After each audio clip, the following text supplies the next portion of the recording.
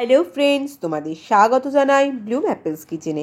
আজকে আমি তোমাদের কাছে নিয়ে এসেছি একটি সুস্বাদু পরোটার রেসিপি। আগে তোমাদের সাথে বিভিন্ন ধরনের পরোটা রেসিপি শেয়ার করেছি। আলুর পরোটা, ফুলকপির পরোটা, বাঁধাকপির পরোটা, মেথির পরোটা, পালাং পরোটা, লাচ্ছা পরোটা, পেটাই পরোটা, ঢাকাই পরোটা, নানা ধরনের। আজকে আমি শেয়ার করব আলু ফুলকপি দুটো একসাথে, মানে আলু গবিকা পরাঠা। এই পরোটাটা খেতে কিন্তু দারুণ টেস্টি হয়। পরোটাগুলো ভীষণ সফট হয়। আর কিভাবে এই পরোটা বানানো যায় পুরো রেসিপিটা কিন্তু ফলো করতে হবে। দেখতেই পাচ্ছ আমার পরোটাটা কত সুন্দর ফুলে উঠেছে। এইভাবে পরোটা বানাতে হলে রেসিপিটা কিন্তু ফলো করতে হবে। তাহলে চলো দেখে নিই। ময়দাটা আমি এখানে মেখে রেখে দিয়েছি। এই ময়দাটাকে আমি 30 মিনিটস ঢেকে রেখে দেবো। ময়দাটা কিন্তু খুব একটা সফটও করবে না আর খুব একটা হার্ডও করবে না, মিডিয়াম মাখবে, তাহলেই পরোটাটা কিন্তু ভালো হবে। ময়দা মাখার পদ্ধতি দেখিয়ে আমি আর সময় নষ্ট করলাম না। সিম্পল যেরকম পরোটার ময়দা মাখে, তেল আর লবণ দিয়ে মেখে নেয়, আমি সেরকমই মেখে নিয়েছি। তবু যদি তোমাদের ময়দা মাখার পদ্ধতি দেখতে হয়, এর আগে আমি তোমাদের সাথে বিভিন্ন ধরনের পরোটার রেসিপি শেয়ার করেছি। তার মধ্যে যে আলুর পরোটার রেসিপিটা আছে তার মধ্যে আমি ময়দা মাখাটা দেখিয়েছি। তার লিঙ্ক আমি ডেসক্রিপশন বক্সে দিয়ে দেবো, তোমরা সেখান থেকে দেখে নেবে। আলু ফুলকপির পরোটা বা আলু গবিকা পরাঠা বানানোর জন্য এখানে আমি একটি মিডিয়াম সাইজের ফুলকপি ডাঁটগুলো ফেলে ভালো করে পরিষ্কার করে ধুয়ে গ্রেটার দিয়ে গ্রেট করে নিয়েছি। এখানে 1 টেবিল স্পুন আদা আমি গ্রেট করে নিয়েছি, 3 পিস কাঁচা লঙ্কা কুচি আছে, আর এখানে দুটো মিডিয়াম সাইজের আলু সিদ্ধ করে আমি চটকে নিয়েছি, মানে মেখে নিয়েছি। আর রান্না করার সময় বাদবাকি কি গুঁড়ো মশলা আমি ইউজ করছি সেটা দেখিয়ে দেবো। চলো এবার আমরা পুরটা বানিয়ে। কড়াই আমি গরম করে নিয়েছি। এইবার আমি এর মধ্যে refined oil 4 table spoon refined oil দিয়ে দেব।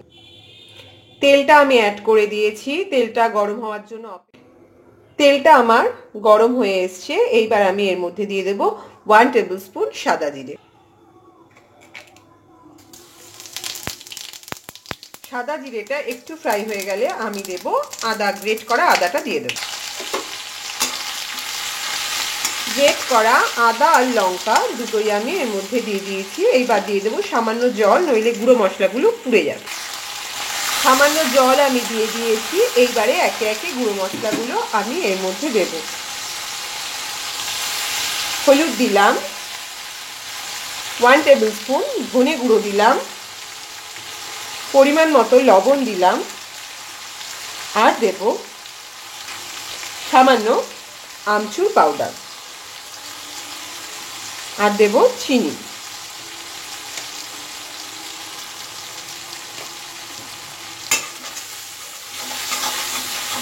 দিয়ে আমি মশলাটা 1 মিনিটের মতো একটু ফ্রাই করব। 1 মিনিটের বেশি কিন্তু নয়, 1 মিনিটের মতো একটু ফ্রাই করব। তোমাদের আমার আজকের ভিডিওটি যদি ভালো লাগে, ভিডিওটি লাইক করো আর আমাদের চ্যানেলটি অবশ্যই সাবস্ক্রাইব করো। আর সাবস্ক্রাইব করার সময় পাশে দেওয়া বেল বাটনটি কিন্তু ক্লিক করতে ভুলো না, তাহলে আমরা যখনই নতুন কোনো রেসিপি ছাড়বো তার নোটিফিকেশন তোমাদের কাছে পৌঁছে যাবে।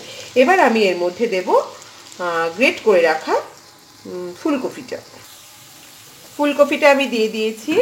গ্যাস মিডিয়ামে রেখে এটা আমি মশলার সাথে ভালোভাবে মিশিয়ে নেব। তোমাদের সাথে এর আগে আলুর পরোটা, ফুলকপির পরোটা, বাঁধাকপির পরোটা, লাচ্ছা পরোটা, পেটাই পরোটা, মূলোর পরোটা, পালাং পরোটা, মেথির পরোটা, ঢাকাই পরোটা, অনেক কিছু পরোটা আমরা শেয়ার করেছি। তার রেসিপি লিঙ্ক তোমরা আমাদের ডেসক্রিপশন বক্সে পেয়ে যাবে। আর আজকে আমি তোমাদের সাথে শেয়ার করছি আলু ফুলকপির পরোটা। এটা খেতে কিন্তু দারুণ টেস্টি হয়। এইবারে গ্যাসটা আমি এটা ভালো করে মিশিয়ে নিয়েছি।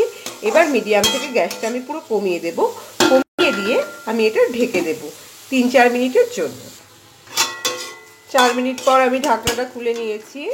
এবার গ্যাসটা আবার আমি বাড়িয়ে নিয়েছি। দেখছো কফিটা আমার মজে এসছে। এইবার এর মধ্যে আমি সিদ্ধ করে রাখা আলুটা দিয়ে দেব। তার আগে বন্ধুরা আমি কালারের জন্য সামান্য কাশ্মীরি লঙ্কার গুঁড়ো মিশিয়ে দেবো। আমি আগে দিতে ভুলে গেছিলাম, যখন আমি এমনি গুঁড়ো মশলা অ্যাড করলাম তখনই এটা দেওয়ার কথা, আমি দিতে ভুলে গেছিলাম, তাই আমি এখন এটা অ্যাড করে দিলাম সামান্য কালারের জন্য, বাট এটা অপশনাল।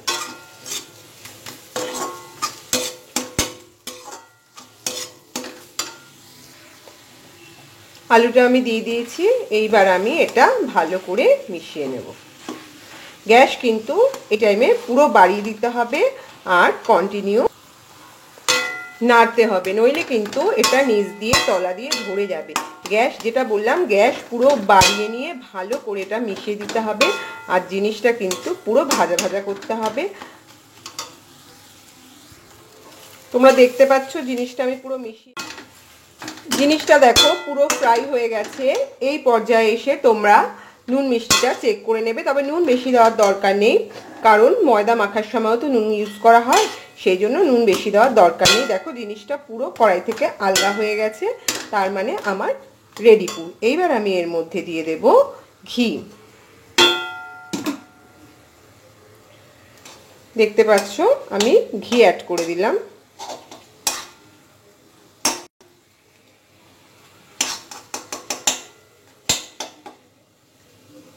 আর দিয়ে দেব সামান্য গরম মশলার গুঁড়ো। তোমরা যদি ঘি গরম মশলার বদলে ধনেপাতা কুচি ইউজ করতে চাও সেটাও কিন্তু দিতে পারো। এইবার এটা আমি ভালোভাবে মিশিয়ে নেব। পুরটা আমি মিশিয়ে নিয়েছি ঘি গরম মশলা পুরের সাথে। দেখো আমার পুরটা কিন্তু পুরো রেডি হয়ে গেছে। দেখতে পাচ্ছ কড়াইয়ের মধ্যে কি সুন্দর ঘুরছে, পুরো ফ্রাই হয়ে গেছে। নুন মিষ্টিটা কিন্তু যেটা বললাম অবশ্যই চেক করে নেবে। আমার পুরটা রেডি হয়ে গেছে। এবার আমি গ্যাসটা বন্ধ করে পুরটা ঠান্ডা হতে দেব। ময়দাগুলো দিয়ে দেখো আমি লেচি কেটে নিয়েছি, 6টা লেচি কেটে নিয়েছি আর একটা লেচিকে আমি হাতের সাহায্যে এইভাবে ছড়িয়ে নিয়েছি। এইবার আমি এর মধ্যে পুর ভরবো, বেশ খানিকটা পুর। দেখো আমি পুরটা ভরে নিয়েছি, 2 চামচ আমি পুর ভরেছি। এইবারে আমি এটাকে মুড়ে নেব। আরেকটা কথা, তোমরা সাইজ যেরকম করবে তার উপর ডিপেন্ড করবে কত বড় লেচি কাটবে। আমি মিডিয়াম সাইজের লেচি কেটে নিয়েছি, কারণ আমি মিডিয়াম সাইজের পরোটাগুলো করব। এবার হাত দিয়ে আমি এটা এইভাবে মুড়ে দেব। দেখো এইভাবে ভালো করে আমি মুড়ে দেব। ভালো করে আটকে দিতে হবে, নইলে পুর বেরিয়ে যাওয়ার কিন্তু চান্স থাকে। তারপরে হাতের সাহায্যে ভালো করে গোল করে দেব। নিয়ে আমি এটা রেখে দেবো। বাদ বাকি গোলাগুলো আমি এরকম করে, লেচিগুলো কিন্তু আমি রেডি করে নিয়েছি, দেখতেই পাচ্ছ। এইবারে চলো এগুলো ভাজার পালা। যেটার মধ্যে আমি বেলবো, দেখো আমি তেল মাখিয়ে নিয়েছি আর লেচিটার মধ্যেও আমি তেল দিয়ে দিয়েছি।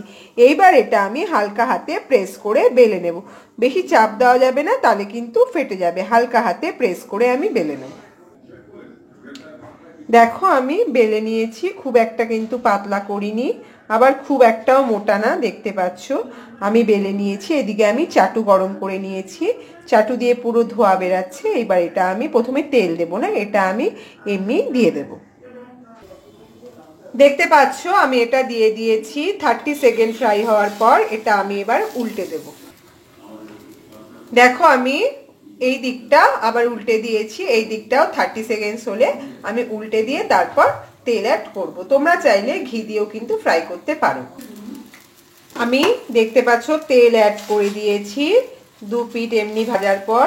এইবার কিন্তু গ্যাস মিডিয়ামে রেখে আমি এপিট ওপিট করে ভেজে নেব। খুব বেশি তেল আমি দিইনি, সামান্য তেল অ্যাড করেছি, 1 টেবিল স্পুন তেল আমি অ্যাড করেছি। উপরে আবার আমি একটু তেল দিয়ে দিলাম। তেল দিয়ে তেলটা ভালো করে মাখিয়ে নিলাম, নিয়ে এবার আমি উল্টে দেব।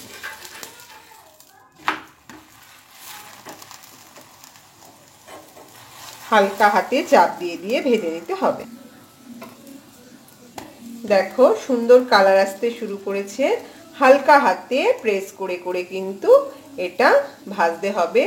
দেখো কি সুন্দর আস্তে আস্তে ফুলতে শুরু করেছে। একটু সময় নিয়ে ভাজবে, গ্যাস মিডিয়ামে রেখে বাড়িয়ে কমিয়ে ভাজতে হবে। একবারে কিন্তু বাড়িয়ে দেবে না, তাহলে পুড়ে যাবে আর জিনিসটা খেতে কিন্তু টেস্টি হবে না।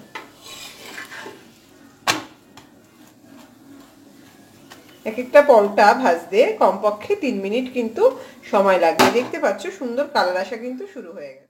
হালকা হাতে প্রেস করে ভাজতে ভাজতে দেখো পরোটাটা কতটা ফুলে উঠেছে। দেখতেই পাচ্ছ পরোটাটা দেখেই বোঝা যাচ্ছে কতটা ক্রাঞ্চি হয়েছে, কিন্তু পরোটাটা যতটাই ক্রাঞ্চি ততটাই কিন্তু সফট। দেখো বন্ধুরা, আমার আলু গোবি কা পরাঠা কিন্তু রেডি হয়ে গেছে। পরোটাটা আমি একটু ছিঁড়ে তোমাদের দেখিয়ে দিচ্ছি কতটা সফট হয়েছে আর পুরটা কি সুন্দর চারিদিকে স্প্রেড করেছে। দেখো পরোটাটা আমি ছিঁড়ে নিয়েছি, দেখতে পাচ্ছ পরোটাটার মধ্যে পুরটা কত সুন্দর স্প্রেড করে গেছে। আর 2 আঙ্গুল দিয়ে পরোটাটা দেখো কি সুন্দর ছেঁড়া যাচ্ছে, এতেই বোঝা যাচ্ছে পরোটাটা কতটা সফট হয়েছে। এদিকেই দেখো পরোটার পুরটা কেমন স্প্রেড হয়ে গেছে। পরোটাটা বাড়িতে অবশ্যই ট্রাই করবে, খেতে খুবই সুস্বাদু হয়। আর ট্রাই করে অবশ্যই নিচে দেওয়া কমেন্টস বক্সে জানাবে তোমাদের রেসিপিটা কেমন লাগলো। আর ভিডিওটা যদি ভালো লাগে একটু লাইক করবে আর আমাদের চ্যানেলটি অবশ্যই সাবস্ক্রাইব করবে। সাবস্ক্রাইব করার সময় পাশে দেওয়া বেল বাটনটি কিন্তু প্রেস করতে ভুলবে না, তাহলে আমরা যখনই নতুন কোনো রেসিপি ছাড়বো তার নোটিফিকেশান তোমাদের কাছে পৌঁছে যাবে। সবাই সুস্থ থেকো, ভালো থেকো, আবার দেখা হবে, বাই।